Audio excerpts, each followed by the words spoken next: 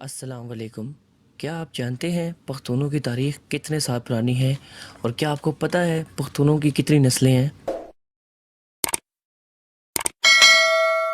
تاریخ میں آیا ہے کہ پختونوں کے آباء و اجداد کم از کم 4000 سال یا اس سے بھی کہیں پرانی اس دنیا میں آباد ہیں۔ قرون وسطی کے ہندوستانی مسلم معاشرے میں موجود ذات پات کے نظام میں پٹھانوں تاریخی طور پر نسلی افغان کے نام سے بھی جانا جاتا ہے۔ پٹھان کی اصلیت پر بحث ہے۔ لسانی شواہد ہند یورپی نسل کی نشاندہی کرتے ہیں جبکہ کچھ قبائل نسب نامے سامی روابط کا دعویٰ کرتے ہیں۔ پختونوں کے مشہور شاعر غنی خان اپنی کتاب میں لکھتے ہیں کہ کچھ لوگ ان کی ناک کی ساخت کو دیکھ کر دعویٰ کرتے ہیں پختون نسلاً یہودی ہیں کیونکہ وہ اسے کہیں اور نسل کے ساتھ نہیں ملا سکتے، اس لیے اس کا رشتہ بنی اسرائیل کے ان مشہور 12 گم شدہ قبیلوں سے جوڑتے ہیں۔ پختون افغانستان، مشرقی ایران اور مغربی ہندوستان کے علاقوں پر تاریخ میں سب سے زیادہ حملہ آور رہے ہیں۔ قیس عبدالرشید کے بارے میں کہا جاتا ہے کہ بعض الاسلام پشتونے کے کہلائے جاتے ہیں۔ ماہرین کے مطابق پوری دنیا میں تقریباً 50 ملین کے قریب پختون آباد ہیں۔ پختونوں میں سب سے زیادہ جو ان کا طبقہ ہے وہ سنی ہے، جبکہ اس میں اہل تشیع بھی ہیں۔ پختونوں میں کچھ قبائل اور کچھ ان کے جو لوگ ہیں وہ غیر مسلم ہیں جن کی تعداد نہایت ہی کم ہے۔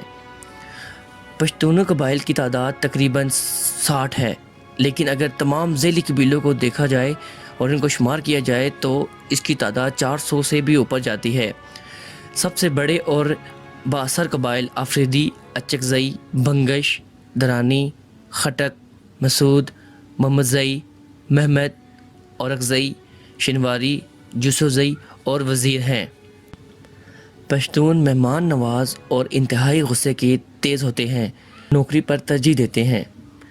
اردو میں پٹھان پشتونوں کو ہی کہتے ہیں۔ پختون اور پشتون دونوں کا ہی ایک ہی مطلب ہے۔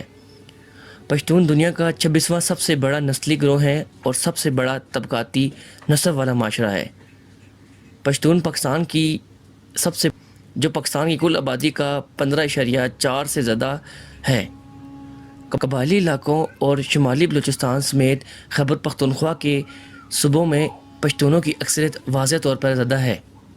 پشتون افغانستان کی آبادی کا سب سے بڑی نسلی گروہ ہے۔ یہ افغانستان کا 48% ہے اور افغانستان میں موجودہ زمینی علاقے کے کسی مقامی باشندے کو ظاہر کرنے کے لیے وہ اپنا نام افغان رکھتے ہیں۔ پشتون بنیادی طور پر ایک مشترکہ زبان پشتو کے ذریعے متحد ہیں۔ تاریخی طور پر پٹھانوں کو شدید جنگجو کے طور پر بھی جانا جاتا ہے اور پوری تاریخ میں انہوں نے حملہ آوروں کے خلاف 11ویں صدی میں پشتونوں نے بڑے پیمانے پر اسلام قبول کرنا شروع کر دیا تھا جب محمود غزنوی نے شمالی ہندوستان میں فوجی مہمات کا ایک سلسلہ شروع کیا تھا۔ پشتونوں کو افغان بادشاہت کے تابع دیکھا جاتا ہے جو حال ہی میں انتظامیہ کی طاقت میں واضح برتری رکھتے ہیں۔ گوگل کے مطابق 2014 تک خان دنیا بھر میں رکھے جانے والا سب سے زیادہ نام ہے، جسے ایشیا میں 22 ملین سے زیادہ اور دنیا بھر میں 23 ملین سے بھی زیادہ لوگوں نے شیئر کیا۔ پشتون بڑے پیمانے پر مشرقی ایرانی قبائل کے اتحاد کے طور پر شروع ہوئے جو پشتون نسل کا ابتدائی نسلی طبقہ بن گیا جو پہلی صدی کے وسط سے ہے اور اس کا تعلق اتحاد کی تحلیل سے ہے۔ پشتونوں کی نسل میں عیسوی ایتھلائٹس سفید ہنزوں کی شراکت کا ثبوت ہمیں پشتون قبائل کی سب سے بڑی یونین ابدالی کی نسل سے ملتا ہے جو سفید ہنز کے نسلی نام سے منسلک ہیں۔